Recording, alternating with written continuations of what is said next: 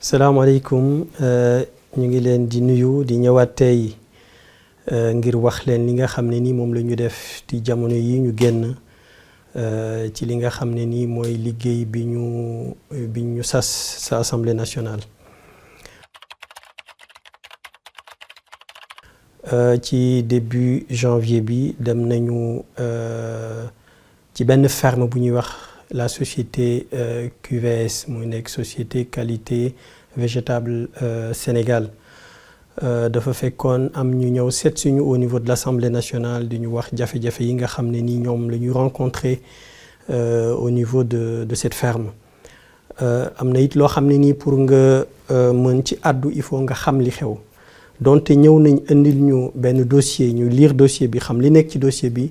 dañu jugé woon nécessaire ñu dem sur le terrain xam exactement ce qu'il en est. mi nekk nag ci yoonu Thiès bi. ñii nee nañ mi ngi nekk ci commune Kër Moussa ñii nekk mu ngi nekk ci commune Ndiass. bi ñu demee ci terrain bi nag visité nañ gis nañu responsable yi nga xam ne nii ñoom ñoo nekk di gérer tool boobu mu nekk tool bu xam ne nii tool bu am solo la. bi ñu demee visité nañ ko gis nañu la ñu fa def comme réalisation mu nekk des pistes de production agricole def nañ fa aussi lu toll ci 3 forages def 2 stations de ferti-irrigation def fa 2 bassins yoo xam ne nii capacité bi c'est 50 000 mètres cubes def fa benn réseau d'irrigation souterrain en goutte à goutte def nañ fa ci lu ñu gis 5 magasins de stockage jënd nañ ci li ñu wax it li ñu gis it ay équipements agricoles war nañ ñu it tabax yoo xam ne ni tabax nañ ko fu mu nekk seeni bureau ci loolu yëpp nag bi ñu ko xaymaa ci ñoom li ñu wax toll na ci 5 milliards. et société la boo xam ne nii mi ngi nekk foofu depuis 2019 parce que benn accord la ñu signé ak la direction des eaux chasse forêt et la protection des sols depuis 2019 benn accord boo xam ne nii daf leen di permettre ñu utiliser presque 185 hectares ci forêt classée bu Thiès bi à usage pour ñu def agriculture pour ñu def maraîchage donc ñu ngi fa depuis 2000 parce que accord bi 2019 la waaye ci liñ ñu wax ñu commencé travaux yi en 2000 donc boobu ak léegi mat na ñeenti at ñuy nekk di liggéey ak investissement boobu yëpp ñu def bi nga xamante ne nii ci liñ ñu wax fekk nañ fayit ay ñoo xam ne nii fa la ñuy liggéeyee ay jigéen ñu ne ñu par moment dinañu employer lu toll ci 5000 personnes yoo xam ne nii dañuy ñëw pour récolter wala ñëw pour liggéey daal ci ferme bi donc loolu mu nekk lu am solo 5000 personnes yooyu ci li ñu wax ñu ngi jóge ci village environnant yi dinañu ñëw sax ba jël ay salariés ay personnel boo xam ne nii Dakar lay jóge dina ci am ñoo xam ne nii danañu jóge Bombay dina am ci ñoom ñoo xam ne nii danañu jóge ba Touba donc pour wax rek ne ñu ñuy employé ci environnant village environnant yi wala commune environnante yi nekk foofu yëpp ñu ci bëri foofu la ñuy jóge donc mu nekk loo xam ne nii dafa am solo du jouer un rôle socio-économique bu am solo ci gox boobu. bi ñu visité loolu yëpp ba pare xoolaat dossier bi ñoom dañu am problème ak benn promoteur bi mu ngi tudd SCI Nouvelle Ville. SCI Nouvelle Ville nag état bi moo ko jox lu toll ci 100 hectares moom dafa considérer la SCI Nouvelle Ville que ci 110 hectares yi nga xam ne nii état bi jox na ko la société QVS dafa empiéter lu toll ci 90 hectares ci moom li ñu ko jox donc loolu moo taxoon moom mu assigné leen devant le tribunal de grande instance de Mbour waaye li nga xam ne ni mooy ñun jafe-jafe bi ñu gën a rencontré ci dossier boobu mooy dafa nekk dossier boo xam ne nii mën nañ ne bu dee ci volet judiciaire bi dem na ba sës puisque jugement yooyu comme li ñuy wax ci droit mooy dañu am autorité de la chose jugée mooy maanaam c'est des jugements qui sont devenus définitifs amatul benn possibilité de recours puisque donc loolu li des rek mooy ñu exécuter ko et boo gisee situation bi ñii liggéey bi nga impact bi nga xam ne nii am nañ ko au niveau social au niveau économique ak ñii li nga xam ne it am nañ ko au niveau de la justice donc mu nekk dossier bu xaw a compliqué boo xam ne nii ñun en tant que parlementaire mënuñu lu dul proposer leen ñoom ñu waxtaan puisque li nga xam ne ni justice la bu Sénégal li mu rendre loolu mënuñu ko critiquer mënuñu wax ne loolu baaxul puisque loolu du suñu cër te justice bu Sénégal dafa souveraine donc loolu moo tax daal dossier la bu compliqué boo xam ne ni mu ngi nekk toujours en cours li ñu leen di xalal rek moo nekkoon ñoom ñu mën a toog waxtaan xool lan mooy solution yi nga xam ne nii mooy solution yi gën pour mën a préserver ba nga xam ne nii la SCI Nouvelle Ville dina mën a retrouver wu ci li nga xam ne nii moom lañ ko jox comme ci 110 hectares yi QVS it mën a retrouver wu continuer def ses travaux continuer def ses exploitations agricoles et puis mën a continuer aussi di employer sénégalais yi nga xam ne ni toll nañ ci par moment plus de 5000 personnes donc daal dossier la bu xaw a complexe boo xam ne nii daal amuñu benn marge de manœuvre amuñu benn possibilité bu ñuy permettre ñu xaw ci sori.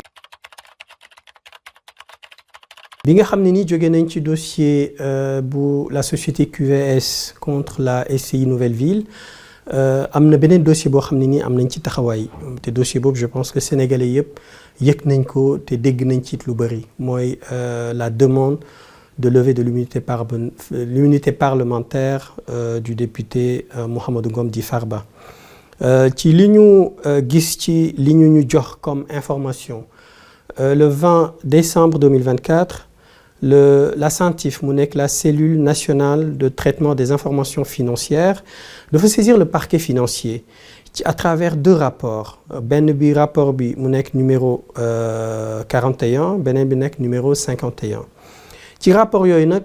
ci li ñu wax ak li ñu transmettre ci yenn information yi dafa nekk ay rapports yu concerné Farba Ngom ci rapport yooyu am na li nga xamante ne nii ñu def jàpp nañ ne ay faits la yoo xam ne nii dañ ko koy toppee faits yooyu nag mën nañu qualifier faits yooyu d'infraction ci rapport bi nga xam ne nii mooy rapport numéro 51 bi am na 6 infractions yoo xam ne nii jàpp nañ ne ñoom mën nañ ko toppee bi ci jëkk mooy association de malfaiteurs bi ci topp mooy blanchiment de capitaux beneen bi 3e bi mooy escroquerie portant sur des deniers publics 4e bi moo nekk trafic d'influence 5e bi fraude fiscale et 6e bi abus de biens sociaux donc loolu moo nekk 6 infractions yi nga xam ne nii ci rapport numéro 51 procureur bi jàpp nañ ne infraction la yoo xam ne nii war nañ ko mën a toppee le député Mouhamadou Ngom di Farba ci rapport numéro 41 bi boobu benn infraction lañ koy toppee mooy complicité de la commission des 3 premières infractions mooy 3 premières yi ma waxoon bi ci jëkk mooy association de malfaiteurs blanchiment de capitaux escroquerie portant sur des deniers publics bi nga xamee ne loolu ñoom jot nañu rapport CENTIF bi ba càmbar ko jàpp ne war nañ ko toppee infraction yooyu dañu saisir le procureur général près de la cour d'appel de Dakar pour mu demander le ministre de la Justice, garde des Sceaux, pour nous demander au président de l'Assemblée nationale pour nous lever l'immunité parlementaire du député Mouhamadou Ngom di Farba. Donc, procédure bi respecté nañ ko. waaye ci procédure boobu dafa am leneen loo xamante ne nii le procureur général du parquet financier waroon na ko def kooku c'est la loi relative à la lutte contre le blanchiment de capitaux ak la lutte contre le financement du terrorisme loolu loi boobu moo ko wax ni ko en son article 69 situation boobu bu amee su amee nit koo xam ne nii dañ koy yaakaar ne war nañ ko toppee infraction yooyu dafa war a saisir tout de suite un juge d'instruction donc ci li ñu gis nag le procureur général du parquet financier jotul saisir ci liñ ñu wax ci dossier yi ñu jox information yi ñu am saisiragul woon un juge d'instruction alors que loolu c'était d'office c'était obligatoire donc loolu jàpp nañ ne nekk na mbir boo xam ne nii le procureur général du parquet financier waroon na ko def waaye def ko waaye loolu ñu bëri nee nañ loolu amul benn gàkk-gàkk ci procédure bi nga xam ne nii moom la ñu topp bi nga xam ne nii le président de l'Assemblée nationale saisir nañ ko moom li mu def dafa convoquer la conférence des présidents ñu toog en réunion mu informer leen de la saisine bi nga xam ne nii le ministre de la justice garde des Sceaux def na ko suite ak chaîne bi ma leen wax yooyu ñëpp ci la ñu décidé enclencher la procédure wax demander au président de la commission des lois mu convoquer une réunion au niveau de la commission des lois pour qu'il mette en place la commission ad hoc. Parce que comme ni ñu ko xamee l'article 52 du règlement intérieur de l'Assemblée nationale dafay wax ne situation yooyu bu amee l'Assemblée nationale doit mettre en place une commission ad hoc. Donc commission ad hoc boobu nag bi nga xam ne ni commission des lois daje nañ ci la ñu ko mettre en place ni ñu ko mettre en place mooy groupe bi nekk parce que Assemblée nationale ren ñaari groupe parlementaire moo fa am benn bi mooy le groupe parlementaire du parti PASTEF beneen bi nekk le groupe parlementaire Takku Wallu mu am ñeneen ñoo xam ne ni duñu groupe parlementaire mais dañ leen di woowee les non inscrits donc ñooñu ñetti regroupement yooyu ku ci nekk dafa envoyé nit selon le prorata bi nga xam ne nii moom nga am ci nombre de députés. La commission est composée de 11 membres. Le parti PASTEF a envoyé 9 députés. loolu mooy li nga xam ne nii règlement intérieur Assemblée nationale may na ko à travers l'article 34. Le groupe parlementaire Takku Wallu envoyé benn député, les non inscrits envoyé benn député yàlla def man ma bokk ci man ma nekk député bi nga xam ne nii non inscrit moom la ñu envoyé ci commission ad hoc boobu. Donc bi ñu dajee en commission des lois ba waxtaan ba constituer la commission mettre en place. Ñu dellu informer le président de l'Assemblée nationale à travers le secrétaire général de l'Assemblée nationale ci la ñu convoqué la plénière bi nag rôle mooy mu valider ci la nag commission ad hoc bi soog a mën a commencer di liggéey waaye difficulté bi nga xam ne nii rencontré nañ ko man laay wax personnellement rencontré naa ko ci commission ad hoc boobu nga xam ne nii ci laa nekkoon moo di ay difficultés liées au texte et liées au règlement intérieur de l'Assemblée nationale. li nga xam ne ni jar nañu bàyyi ko xel ñu xam ko moo di le règlement intérieur de l'Assemblée nationale dafa bëri ay carence bëri na carence ci fànn yu bëri plus particulièrement ci commission ad hoc boobu nga xam ne nii mettre nañ ko en place puisque moom dafa wax ne su fekkee ne dafa am député bu ñuy topp ci lu ñu yaakaar ne moo ko def dañu war a mettre en place une commission ad hoc ne bu ñu defee une commission ad hoc commission boobu dafay entendre député bi mais foofu la yem dugul ba ci biir waxul ne commission bi lii ak lii la war a def commission bi lii mooy liggéeyam donc difficulté principalement bi ma amoon ci commission bi mooy loolu puisque réunion bi nga xam ne nii def nañ ko bi nga xam ne nii plénière bi validé na la commission ad hoc quand on a fait le tour de table j'ai fait comprendre aux autres membres de la commission que rôle commission bi parce ci ni ñu waxtaanee ni ñu ko jàppee woon étant donné que comme ni ma ko waxee le règlement intérieur de l'Assemblée nationale et maanaam mëtul donc ku ci nekk am na sa xalaat boo ci am na ñu ne rôle commission bi moo nekk seulement ñu vérifier ndax procédure bi respecté nañ ko pour ñu mën a préserver les droits du député monsieur Mouhamadou Ngom Farba puisque ba fii ñuy wax ak yéen il est présumé innocent présomption la boo xam ne nii moom lay bénéficier woo donc à partir de là ñenn ñi jàpp ni li ñu war a xool seulement mooy ndax procédure bi baax na ma ne loolu bu doon loolu rek commission bi du jar ñu mettre en place une commission xool ndax procédure bi jaar na yoon rek loolu rek assemblée ñëpp mënoon nañ ko def su ñu tànnee 11 personnes ci 160 personnes c'est parce que dafa am benn liggéey bu ñuy xaar ci ñun te bu leen xoolee article alinéa 2 de l'article 52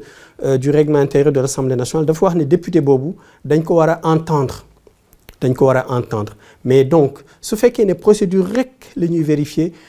ci lan lañ koy entendre pour ñu entendre ko nag ci man sama dégg-dégg ma wax leen ne leen pour ñu entendre ko il faut ñu xam as tuut ci liñ koy toppee bon bi ñu loolu am ñu wax ni li nga xam ne nii mooy li fait yi nga xam ne nii le procureur général du parquet financier qualifié na fait yooyu mooy maanaam infraction yi nga xam ne nii lim naa ko mooy 6 infractions yi nga xam ne nii moo nekk ci rapport bu numéro 51 bi ak benn infraction bi nga xam ne moo nekk ci rapport numéro 41 bi ñu jàpp ne loolu rek doy na soxlawul ñuy seetaat leneen ma ne leen loolu c'est des qualifications am na procureur bi dafa basé sur des faits pour pouvoir faire ces qualifications là donc jaadu na ñu xam faits yooyu lan la et bu ñu xamul bu fekkee ne mën nañu comprendre que rapport bi dafa nekk xëy na lu sensible que mënuñu ñu ko jox waaye ma ne leen baax na aussi ñu laaj le procureur général du parquet financier mu defal ñu un résumé de ces faits là parce que ñu bañ a def confusion Assemblée nationale rôlam nekkul ni dafay juger le député Mouhamadou Ngom di Farba rôlam nekkul ne aussi dafay dugg ci fond wu dossier bi pour xool ndax fee yi dëgg la wala du dëgg rôlam du loolu donc jafe-jafe boobu nekkoon na jafe-jafe bu tar boo xam ne nii am nañ ko ci commission bi ba tax na it jafe-jafe boobu feeñaat na ci jour bi nga xam ne nii ci la ñu jàppoon pour entendre le député Mouhamadou Ngom Farba ci loolu sax jour audition bi puisque jour boobu le député il s'est pas présenté ki nga xam ne ni moom la désigné comme son défenseur moom moo ñëw waaye bi nga xam ne ni man jël naa parole wax naa leen ne leen dañu lecture bi ñu am ci alinéa 2 de l'article 52 du règlement intérieur de l'Assemblée nationale lecture boobu dafa matadi maanaam su fekkee ne alinéa 2 bi dafa wax ni war nañu entendre député bi te député bi bu ko neexee mën na tànn ci collègue am yi nga xam ne ñoo nekk ci Assemblée nationale kenn mu ñëw toog ci wetam di ko défendre ma ne leen loolu ne veut pas dire que le député Mouhamadou Ngom warul ñëw donc la présence du député Mouhamadou Ngom c'est une obligation conformément à l'alinéa 2 de l'article 52 loolu wax naa leen ko ne leen loolu erreur la boo xam ne nii lecture la bu ñu def bu ma jàpp ni lecture bu matul la bi loolu weesu aussi wax naa leen ne leen dama leen di rappeler la ma leen waxoon ci première réunion bi nga xam ne nii defoon nañ ko au niveau après la validation de la commission ad hoc après la plénière au niveau de l'Assemblée nationale ma wax leen ne leen xëy na jafe-jafe bi ñu am moo di le règlement intérieur dafa amul benn précision dafa incomplet et aussi bien la constitution waxul dara ci fànn boobu maanaam commission bi li mu war a def maanaam ses attributions ni la constitution de la République de notre pays waxu ci ni le règlement intérieur waxu ci donc mu nekk benn vide boo xamante ne nii ku nekk da ngay interpréter à sa façon donc d'ailleurs sax loolu moo taxoon bi nga xam ne nii waroon nañu veille bi ñuy war a auditionner le député Mouhamadou Ngom Farba ma def benn contribution di rappeler rôle bi nga xam ne nii Assemblée nationale war na ko def ak rôle bi nga xam ne nii commission ad hoc bi moom la war a def ci laay rappeler ci sama contribution wax ni donte le règlement intérieur de l'Assemblée nationale waxu ci donte la constitution de notre pays waxu ci waaye au niveau du Parlement ci espace francophone bi bari na ci ñoo xam ne nii lii la ñuy appliquer et d'ailleurs le Conseil constitutionnel français l'a confirmé mooy maanaam commission ad hoc bu demee ba war a entendre benn député ci loo xam ne ni dañ ko war a toppee pour ñu lever immunité parlementaire am ñaari critère la war a ceytu moom la war a xool moom la war a étudier bi ci jëkk mooy commission bi dafa war a vérifier si la demande du ministre de la Justice garde des Sceaux si la demande elle est sérieuse loyale et sincère parce que cër bi nga xam ne nii moom la parlementaire bi am député bi moom la am cër la boo xam ne nii loi bi daf ko dooleel daf ko aar ba nga xam ne nii waruñ ko rek sonal ci lu dul dara donc loolu moo tax commission bi dafa war a vérifier la sincérité vérifier la loyauté vérifier aussi le sérieux de la demande donc loolu moo tax ma wax leen ne leen loolu critère boobu pour ñu mën ko apprécier il faut ñu xam les faits il faut ñu xam au minimum li nga xam ne nii loolu lañ koy toppee à défaut d'avoir le rapport ce que je peux tout à fait comprendre ñu am ne serait-ce que benn résumé des succincts des faits mais malheureusement amuñu ko. Deuxième critère bi moo nekk commission bi li mu war a xool mooy l'urgence de l'intervention de la justice xool ndax justice bi dafa war a intervenir tout de suite wala ndax dafa war a bàyyi ba mandat bi jeex donc loolu mu nekk li nga xam ne nii mooy commission bi li mu war a xool donc muy critère bi ci jëkk surtout critère bi ci jëkk boobu moo war a tax pour ñu mën ko apprécier correctement de façon rigoureuse ñu am les faits ñu am ci au minimum li nga xam ne nii moom la ñuy toppee le député Mouhamadou Ngom Farba waaye it sama collègue yi nga xam ne nii dañu jàpp ne faits yi soxlawul ñu koy am ñoom it doo leen mën a reprocher lu bëri parce que le règlement intérieur suñu appliqué de façon expresse règlement intérieur bi waxul benn yoon ne la commission dafa war a am tous les faits. am na dossier yoo xam ne nii ci pratique parlementaire bi yoo xam ne nii de demande de levée immunité parlementaire am na ci yoo xam ne nii on avait des dossiers comme lu mel ni dossier bu l'actuel premier ministre monsieur Ousmane Sonko bi ñuy lever son immunité parlementaire boobu joxe woon nañ énormément de dossiers de mémoire ci li ñu jotoon xool toll woon na ci 11 dossiers yu ñu joxoon la commission ad hoc. mais bi nga xamante ne nii aussi ñu ngi doon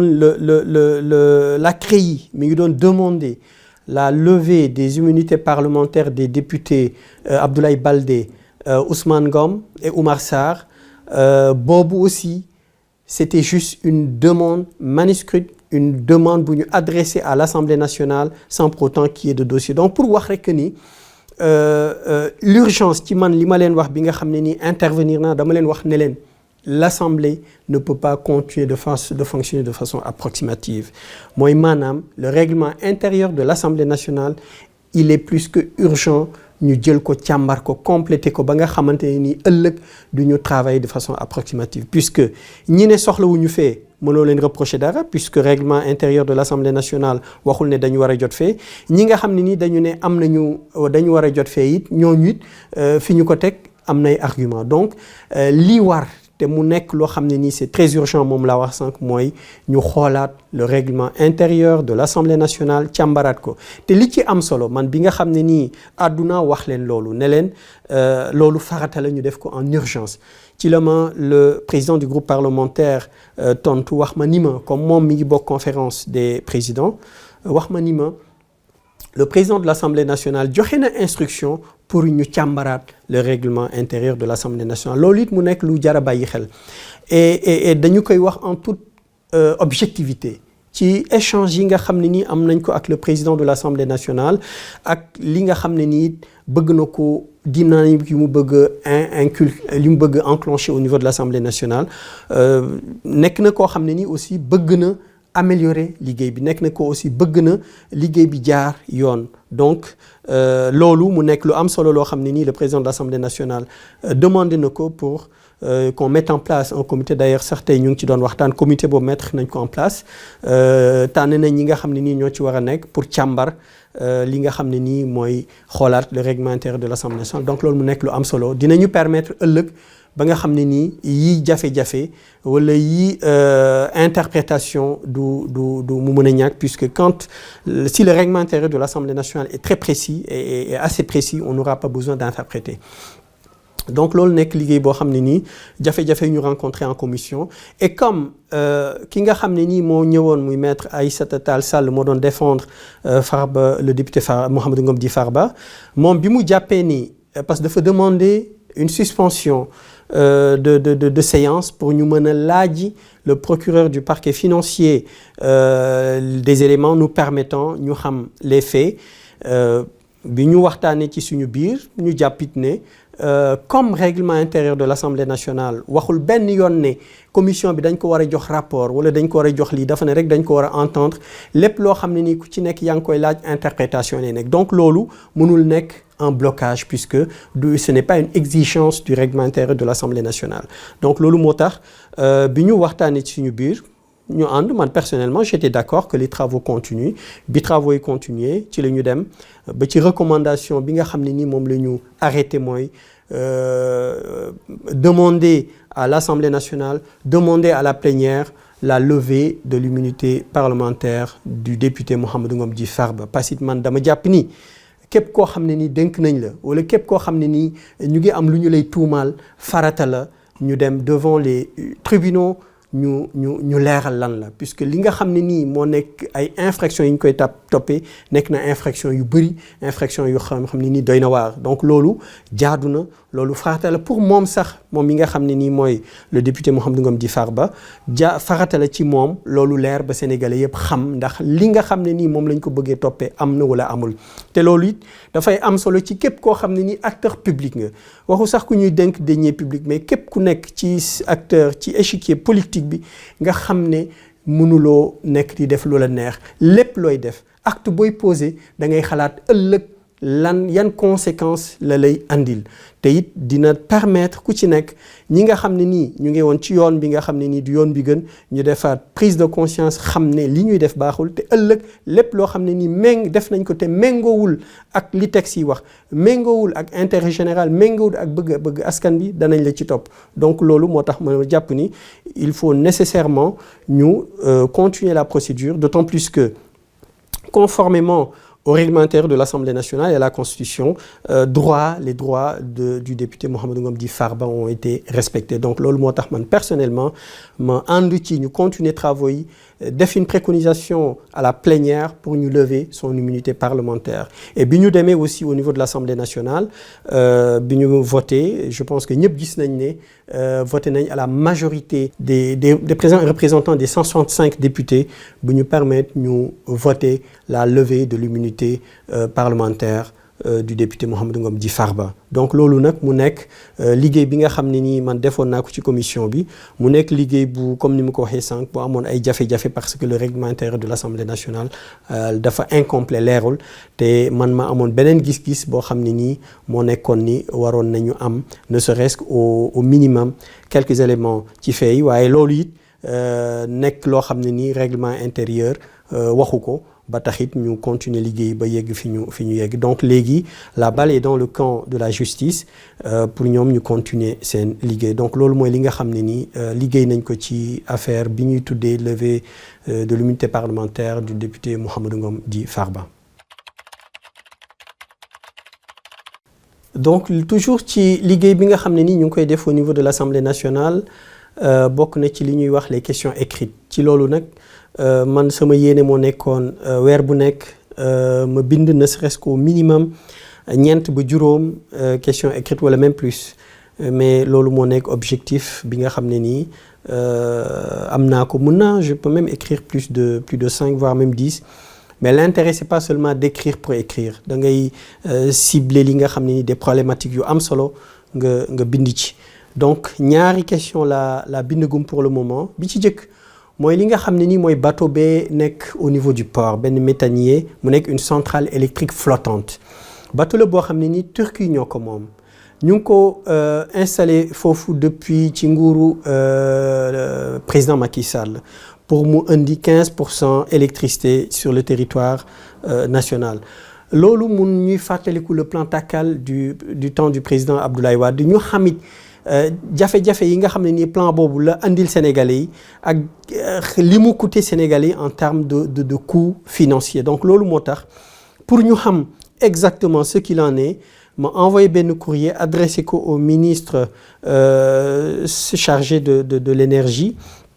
di ko laaj ne ko bateau boobu lan lay coûté actuellement bañ ko installé ak léegi ñaata lay coûté Sénégalais yi laajit ko ne ko est-ce que li nga xam ne nii bateau boobu moom la ñu nekk di ko fay est-ce que mënul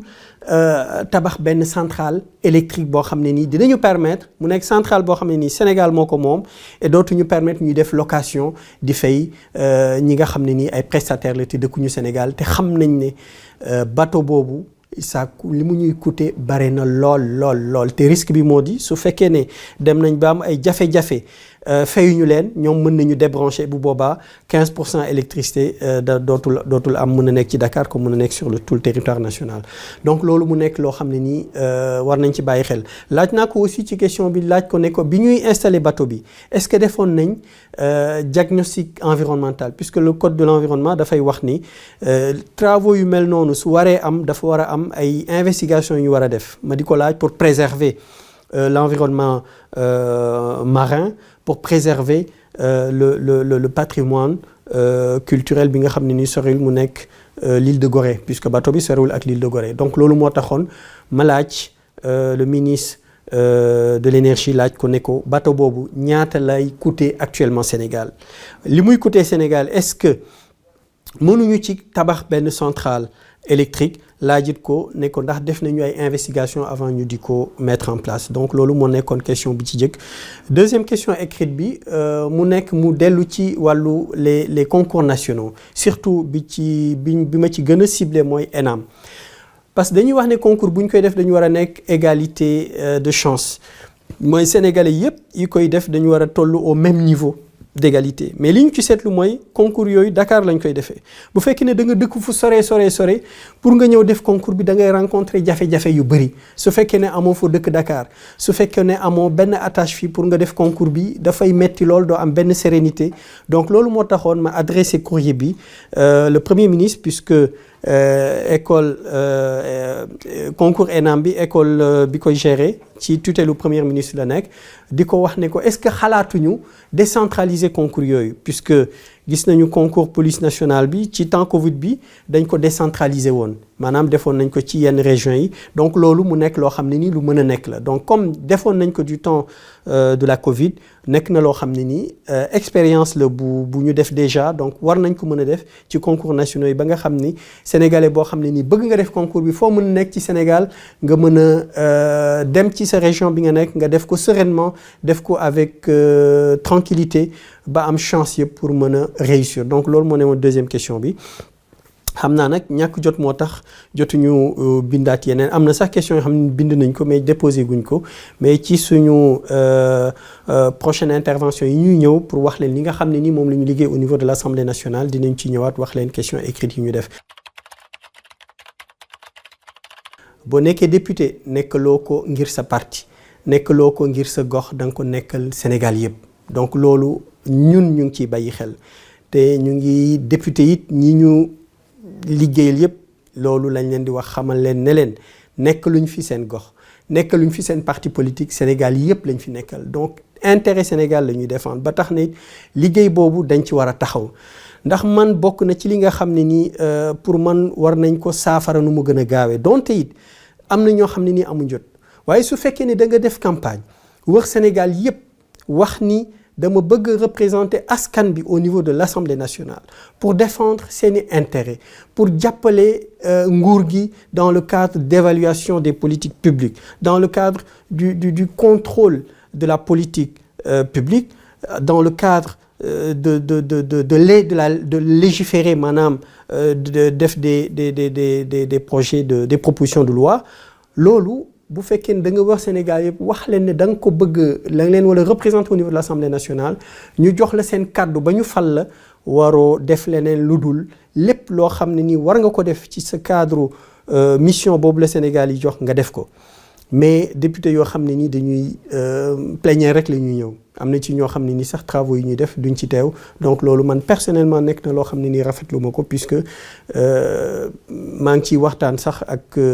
quelques collègues di leen wax ne moi je pense qu'il est nécessaire que l'Assemblée nationale dans le règlement intérieur qu'il y ait des dispositions yu wax clairement que député bi su absenté autant de fois ci en commission ou en plénière Assemblée nationale jël ay sanctions puis it du rek dañ lay fal ba pare nga nekk du vaquer à tes occupations alors que yaa ngi war a nekk Assemblée nationale am na ci ñoo xam ne nii am nañu contraintes yu bëri des contraintes professionnelles wala contraintes yeneen mais du tee danañu boole la xool nu ñu koy defee ba seen li nga xam ne ni moom lañ leen dënk ñu mën ko mottali donc loolu daal nekk na loo xam ne ni maa ngi ko bëgg partager ak Sénégalais yi ñu xam ne man personnellement ci sama wàll loolu nekk na loo xam ne nii maa ngi koy bàyyi xel bu baax a baax a baax mooy li nga xam ne nii moom la askan bi bëgg li nga xam ne nii moom la askan bi dënk ñu bàyyi ci xel def suñu kéemtalaay kattan ba ëllëg di ñu mën a siggi jàkkaarloo askan bi ñu xam ne li ñu waroon def nañ ko donc loolu daal moo nekk suñu credo moo nekk suñu leitmotiv donc loolu ci la ñu nekk ci la ñu it ñaan yàlla nekk durant tous les 5 ans yi nga xam ne nii mooy durée mandature bi donc ñu ngi leen di remercier wasalaamaaleykum wa rahmatulah